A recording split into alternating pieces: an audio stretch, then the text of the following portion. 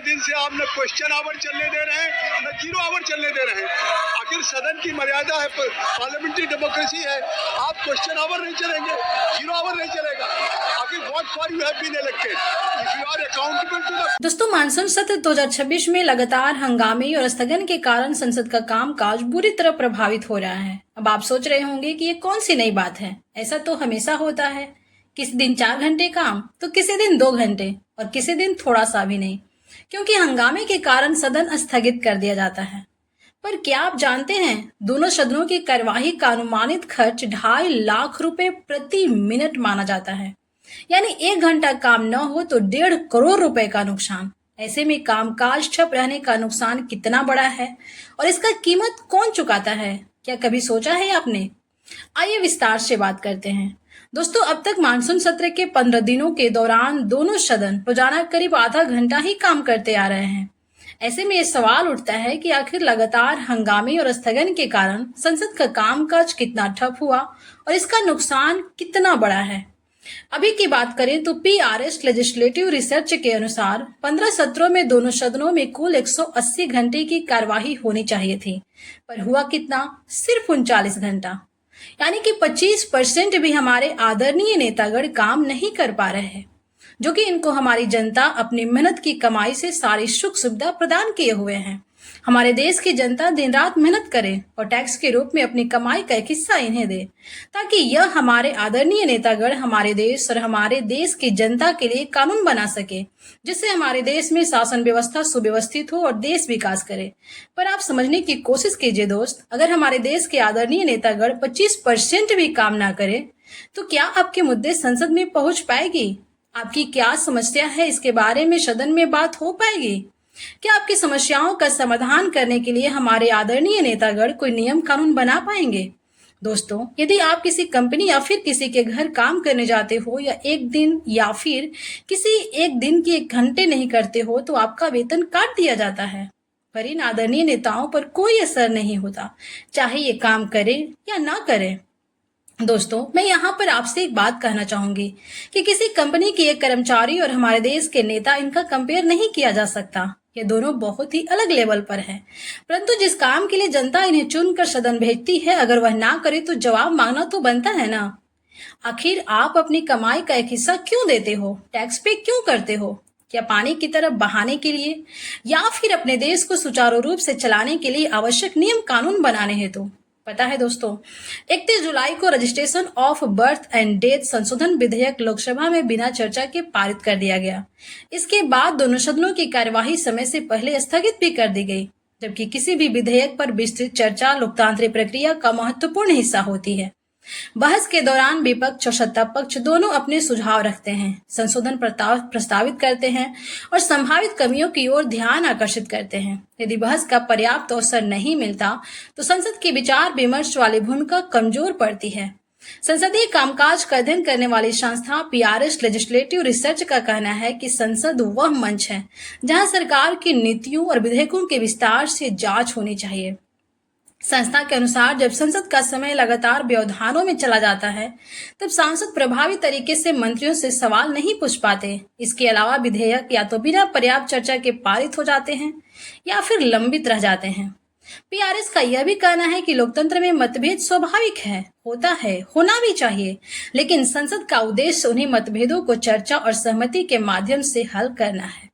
संसदीय व्यवधानों पर पूर्व उपराष्ट्रपति और राज्यसभा के पूर्व सभापति एम वेंकैया नायडू भी पहले चिंता जता चुके हैं इस पर।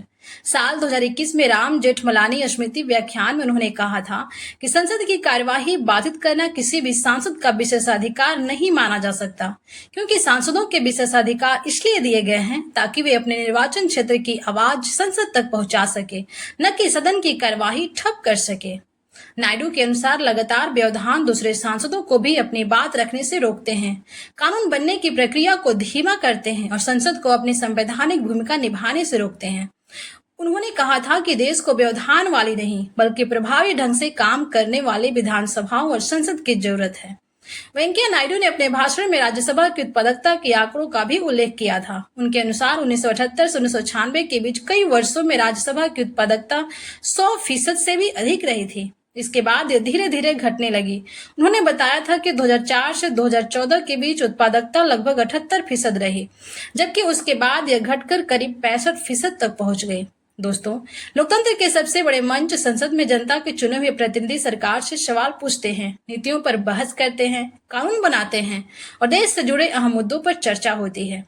लेकिन जब संसद बार बार हंगामे की वजह से ठप हो जाए तो नुकसान केवल उस दिन की कार्यवाही का नहीं होता, बल्कि कानून बनाने की प्रक्रिया और सीधे तौर पर सरकार की जवाबदेही भी प्रभावित होती है।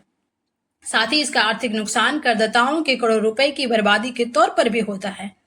दोस्तों, संसद का संचालन एक जटिल और खर्चीली प्रक्रिया है। इसमें सांसदों के बैठने से लेकर सचिवालय, सुरक्षा व्यवस्था, तकनीकी सुविधाएं, अनुवाद सेवाएं, कर्मचारियों का वेतन और अन्य प्रशासनिक व्यवस्थाएं शामिल होती है। इसी वजह से संसद की कार्यवाही का हर मिनट काफी महंगा होता है।